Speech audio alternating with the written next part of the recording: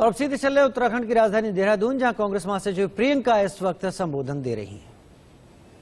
जब हम घोषणा करते हैं कि हम कुछ करना चाहते हैं, वो सवाल उठाते हैं कि पैसे कहां से आएंगे। सच्चाई ये है कि पैसे हैं। सच्चाई ये है कि रोजगार के लिए खाली पद हैं। सच्चाई ये है कि सरकार की नीयत ठीक नहीं है। अगर ये करना चाहती थी तो कर सकती थी।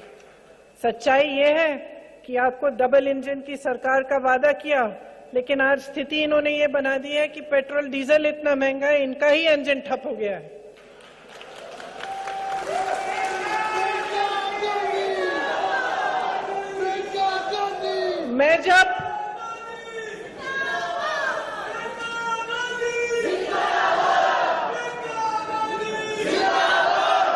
मैं जब अपनी बहनों से मिलती हूँ, वो मुझे बताती है कि कितनी परेशान है।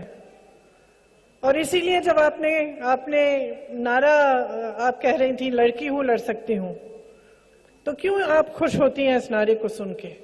क्योंकि आप जानती हैं कि आपका जीवन संघर्ष का जीवन है। आप जानती हैं कि कुछ भी हो, समाज का बोझ आप उठाती हैं, महंगाई का बोझ आप उठाती हैं, जो परिस्थितियां हैं उसका बोझ हमेशा महिला उठाती है। महिला के पास बहुत ज्यादा मौके नहीं है। महिला के पास उसको हमेशा घर भी देखना पड़ता है। चाहे वो बाहर जाके खेती में काम करे, वो घर आएगी, वो घर को भी संभालेगी, परिवार के सदस्यों को देखेगी, वो सुखी हैं, वो अच्छे हैं कि नहीं हैं, सबकी सेहत ठीक है कि नहीं है, कोरोना की मार हुई, सबसे ज्यादा बोझ फिर से आपने उठाया। लेकिन आपको पूरी तरह से नकारा जाता है। जब नेता, राजनीतिक पार्टियां बात करती हैं तो महिला की बात नहीं करती।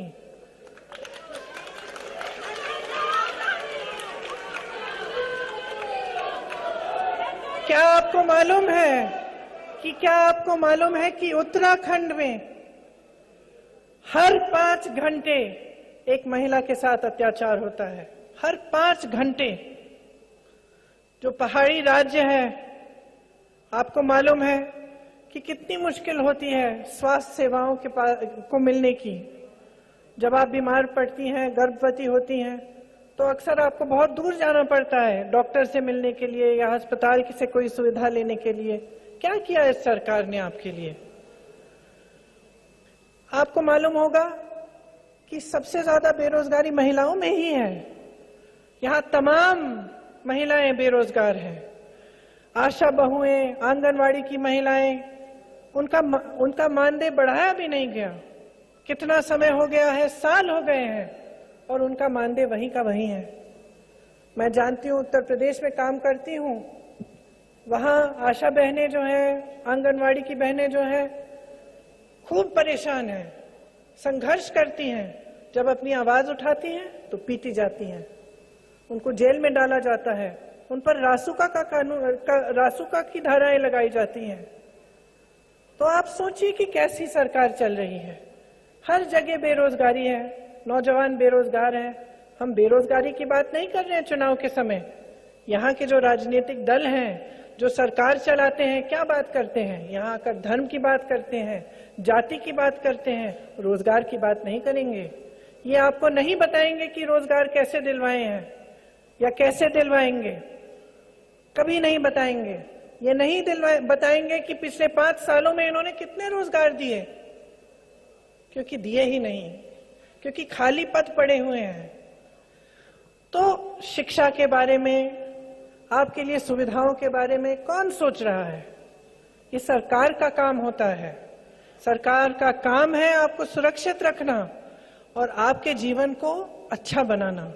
अगर आप आज भाजपा की 5 साल की सरकार के बारे में सोचें, अपने मन में झांक के सोचें कि इन्होंने क्या किया आपके लिए। क्या आप आगे बढ़ पाए? क्या आपके जीवन में कोई सुविधा आई? क्या पहले से कोई आसानी हुई आपको जीवन जीने में, या आप और भी त्रस्त हो गए? चाहे महंगाई हो, चाहे हमारे किसान भाई हो, आपने देखा कितना आंदोलन किया। यहाँ मैं जानती हूँ गन्ने का जो बकाया है उसकी इतनी बड़ी समस्या है। अब आप सोचिए पूरे देश भर में जो गन्ने का बकाया है कितना है। 14,000 करोड़, ठीक है। प्रधानमंत्री जी ने अपने लिए 2 हवाई जहाज खरीदे, कितने के? 16,000 करोड़ के। प्रधानमंत्री जी के 2 हवाई जहाज के खर्चे में पूरा गन्ना का बकाया हो सकता था, पूरा हो सकता था, लेकिन उन्होंने क्या चुना? अपने लिए 2 हवाई जहाज खरीदे।